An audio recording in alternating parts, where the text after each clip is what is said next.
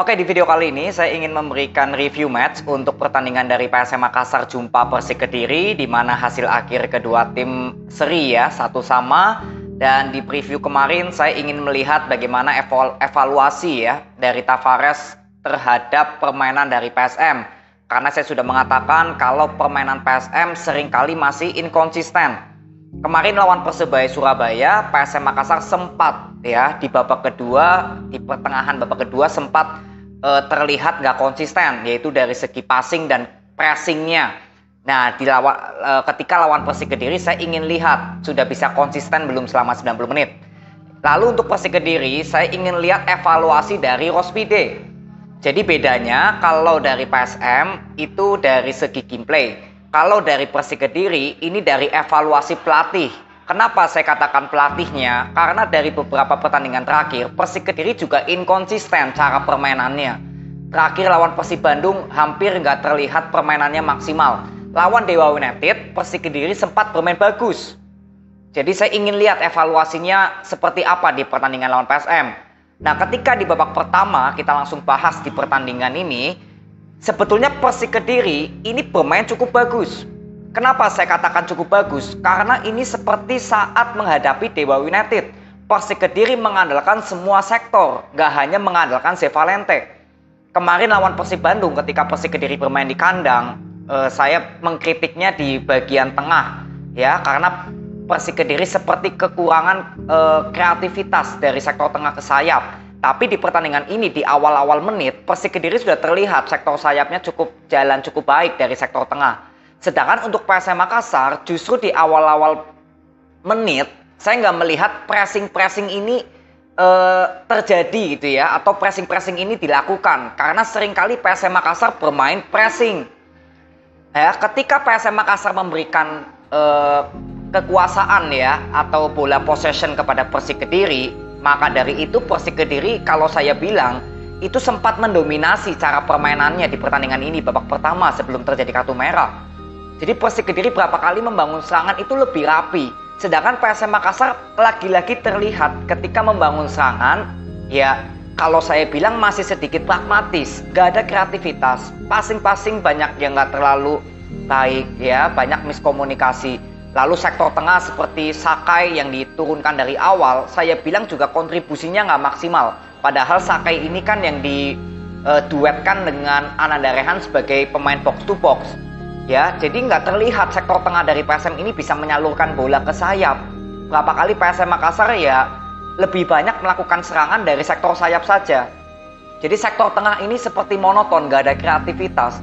Inilah yang membuat para pemain Persik Kediri nggak terlalu kesulitan. Yusuf juga di pertandingan ini bermain bagus. Ya, sebelum ya terjadi kartu merah dari Nuri Fasya itu jelas ya mengalami kartu merah. Jadi Persik Kediri sempat unggul dulu, gol dari Ezra Walian itu gol yang harus saya akui cukup bagus ya, teknik kualitas pemain dari Ezra itu cukup bagus ya, bisa membuat gol yang flashing ya kalau boleh dibilang, itu cukup bagus. Jadi Persik Kediri unggul 0-1. Ketika Nuri Fasya terkena kartu merah, ya di situ mulailah ya permainan ya kalau menurut saya ya kurang bisa dinikmati lagi. Berapa kali pertandingan bola kalau sudah 10 lawan 11 ya sudah nggak terlalu bisa menikmati lagi ya, karena satu timnya sudah nggak pasti maksimal. Jadi disinilah kesempatan PSM Makassar mengejar comeback atau harus menang, karena ini potensi PSM Makassar bermain dengan 11 orang dan Persik hanya 10. Akhirnya di sini Okello berhasil menciptakan gol. Itu ada headingan dulu ya dari Yuran kalau nggak salah, terkena tiang. Lalu posisi Okello yang free langsung memberikan shoot. Jadi kalau boleh dibilang ya ini gol kontribusinya ya paling besar dari Yuran ya, karena bola-bola tinggi ini cukup berbahaya dari PSM. Jadi di babak pertama PSM Makassar dan Persik Kediri imbang 1-1. Lalu ketika masuk di babak kedua, di sini Hugo Samir diganti oleh Fafaya Gallo. Artinya Persik Kediri mengandalkan ya hanya trio saja ya, Ezra, Vergonzi dan Majed Osman. Di sini Majed Osman juga dimainkan dari awal. Nah, di pertandingan babak kedua, Persik Kediri yang jelas hanya mengandalkan counter, tapi berapa kali permainannya juga kalau saya bilang efektif juga. Berapa kali bisa mengulur-ngulur waktu itu ya dengan bola possession ya saya bilang juga sangat efektif. serangan balik juga di awal-awal menit Persik Kediri hampir bisa menciptakan gol lah atau peluang emas ketika Vergonzi atau Ezra Walian ya kalau nggak salah itu yang melakukan shoot, tapi masih bisa keblok oleh pertahanan PSM. Jadi Persik Kediri walaupun dengan bermain 10 orang, counter attack ini sering terlihat karena mau nggak mau ya strateginya pasti seperti itu, bertahan lebih banyak tapi mengandalkan serangan balik karena tertinggal satu pemain ya atau kekurangan satu pemain. Sedangkan untuk PSM yang justru harusnya bisa menguasai permainan, ya saya bilang Tavares seperti di sini nggak ada evaluasi permainan di babak pertama. Karena di babak pertama jelas ya sektor tengah dan sektor ke sayap itu nggak jalan. Tapi saya nggak melihat Tavares ini di sela-sela halftime seperti memberikan kritik atau masukan kepada para pemainnya. Jadi permainan PSM masih tetap mengandalkan sektor sayap. Berapa peluang yang tercipta dari sektor sayap bukan dari sektor tengah. Jadi Persik Kediri kalau saya bilang sudah mudah untuk mendebak pola permainan dari PSM. Ya, lalu ada peluang juga yang cukup bagus dari Okello, lalu ada Sakai juga yang masih off target, dan di sini akhirnya Okello harus mengalami cedera diganti oleh Adilson Silva. Ya, dan Okello permainannya cukup bagus, menurut saya kontribusinya cukup bagus. Tapi ketika Adilson main, ya disinilah kita bisa membandingkan kualitas Adilson dengan Okello ini lebih baik mana. Kalau menurut saya ya minimal masih Okello ini masih ada kontribusinya. Kalau Adilson nggak terlihat sama sekali ketika masuk di menit 63 ya, dan ya kemungkinan kalau Okello mungkin nggak mengalami masalah cedera atau hamstring ya, kalau saya lihat dari video kemungkinan ya Tavares mungkin akan menduetkan Adilson dengan Okello ya, karena kan sudah pasti harus mengejar kemenangan ya PSM Makassar yang diuntungkan dengan 11 pemain.